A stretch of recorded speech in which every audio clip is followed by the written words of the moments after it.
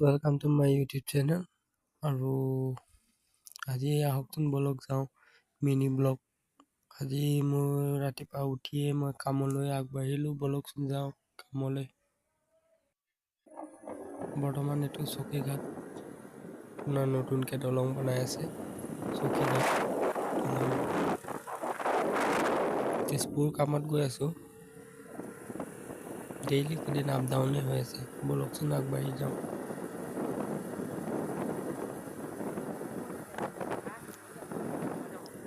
কামৰ জেগা আহি পালোঁ। কামৰ জেগা আহি পাই আপোনাৰ ঠিক কৰি আছোঁ বস্তু।